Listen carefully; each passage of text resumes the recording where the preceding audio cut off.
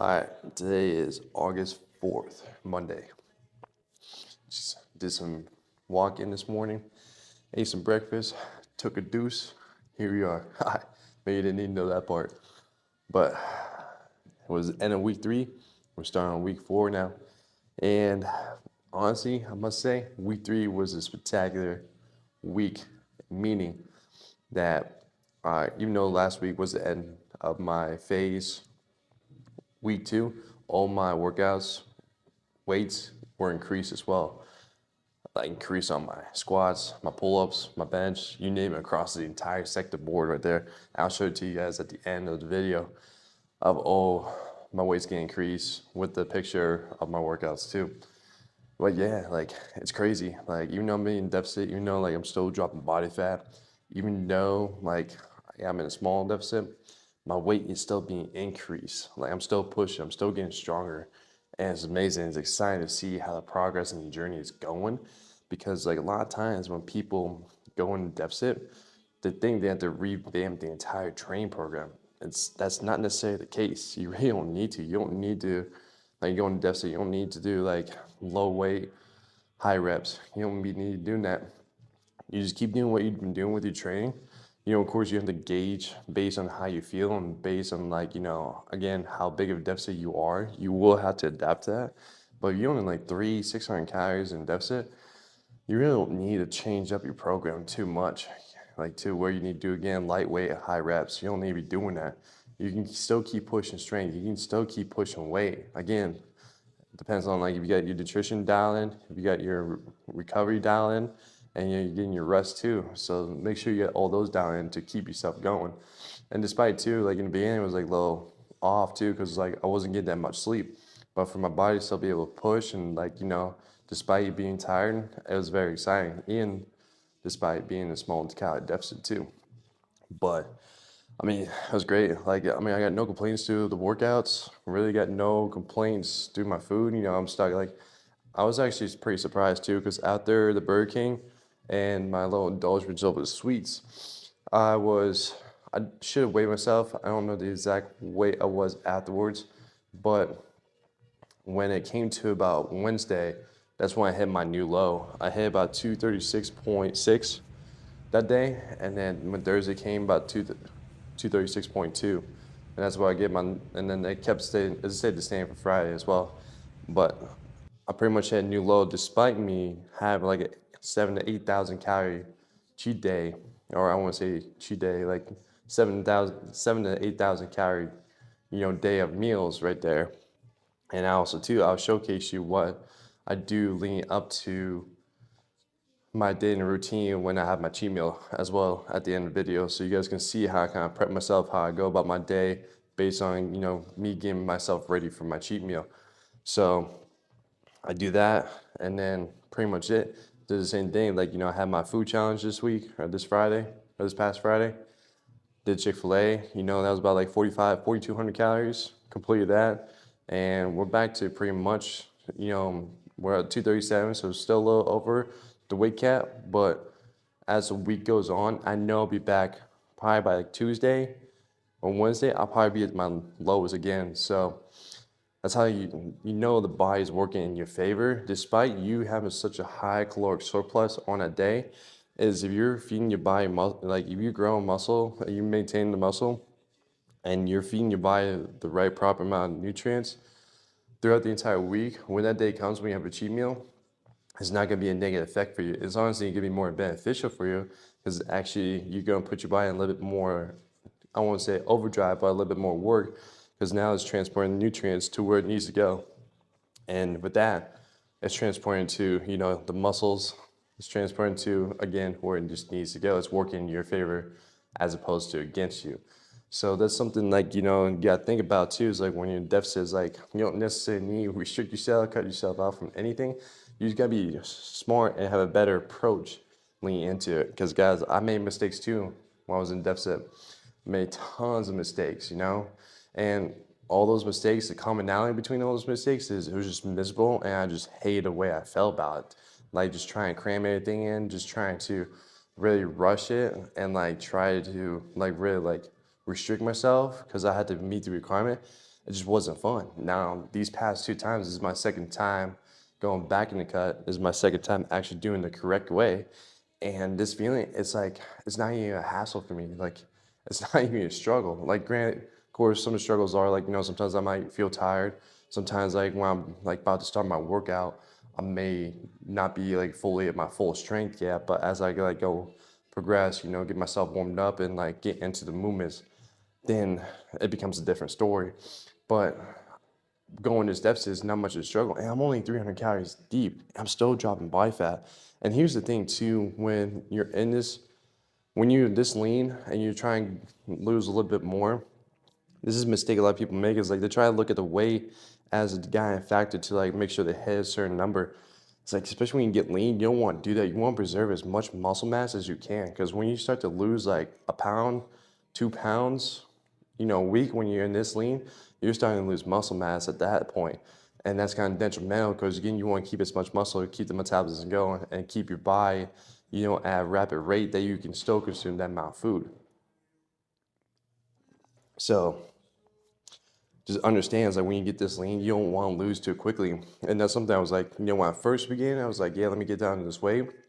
But just seeing this progress and still seeing that I'm still dropping body fat despite the weight still going a little bit slow, I'm content with it, because I like the way it's progressing. I like the way the results are showing. So at the end, I'm more looking at like how much more body fat can I really lose, as opposed to what the number on the scale is going to tell me.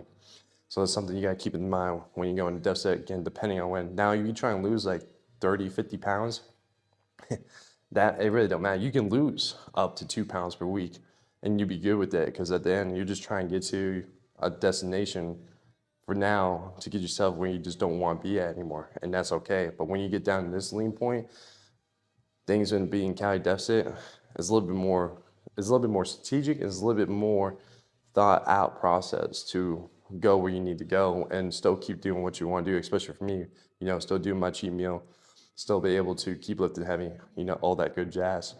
So it's something that you just want to keep in thought when you get this lean. Because again, like for me, it's like these last 10 pounds, they're the hardest part, because, it's not as easy as like, you're losing your first 10, the next 10, and the third 10. It's like when you lose that last 10, it's like this is when the real challenge comes, because you're gonna be like looking at yourself, you're gonna be like thinking about it all the time. It's like, man, like, is this working? Is this not working?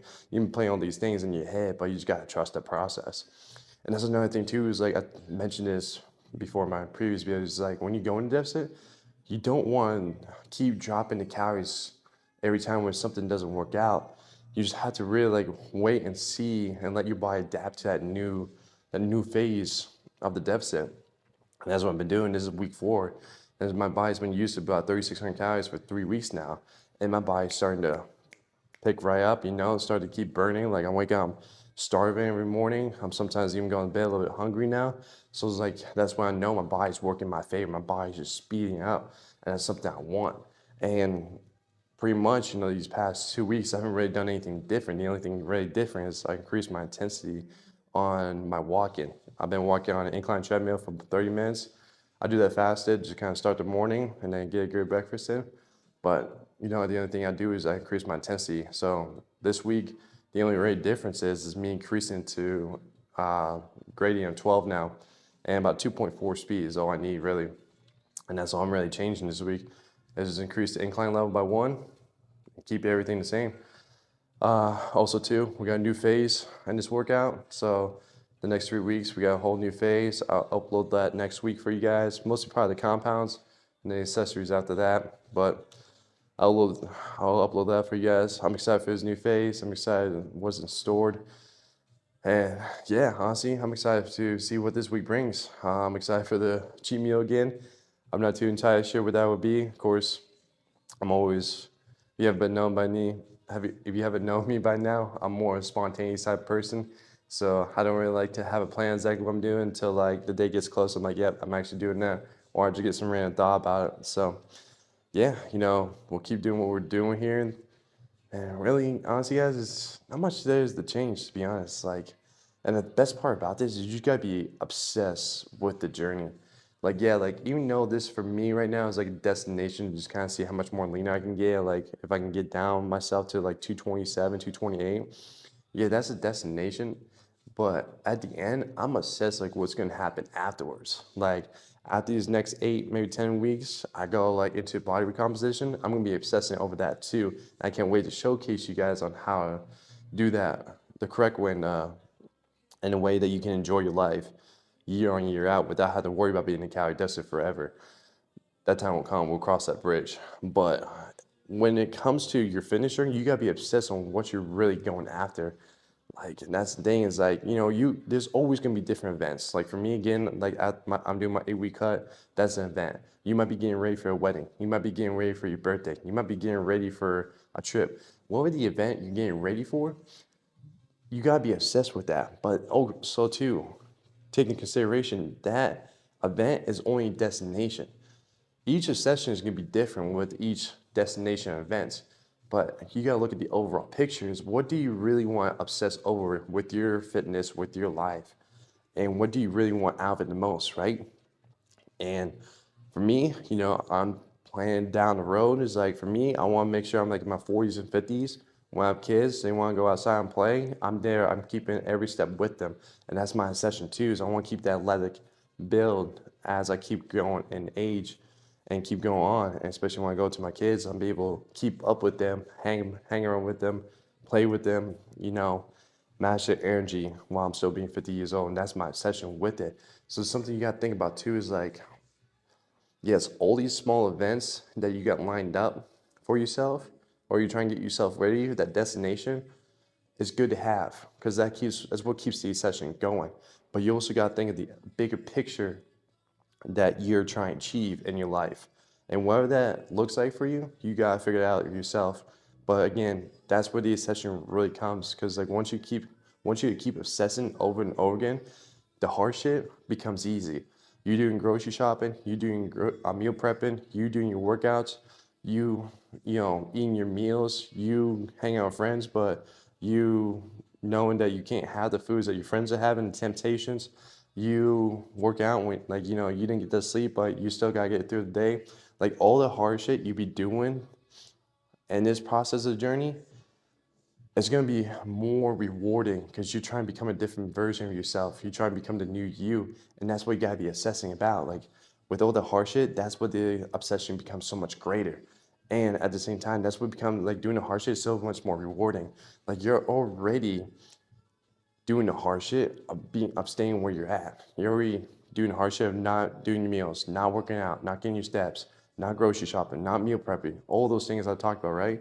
You're already doing the hard shit. And at the end, the reward is not satisfying for you because you still look yourself in the mirror, you're unhappy, you don't like the way you look, you feel unconfident for yourself. And so like at the end, just do the opposite.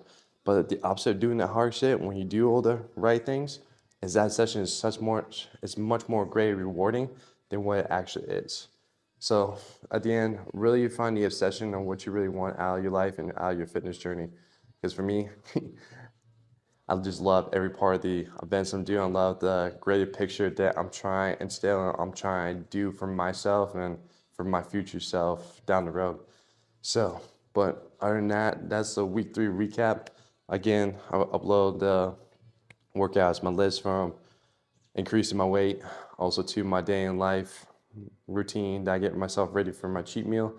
And other than that, week 4, again, nothing too different. We're just keeping the same, increasing the incline treadmill to 12. And that's pretty much it, to be honest. Other than that, just stay tuned for week 4. I'll catch you guys then.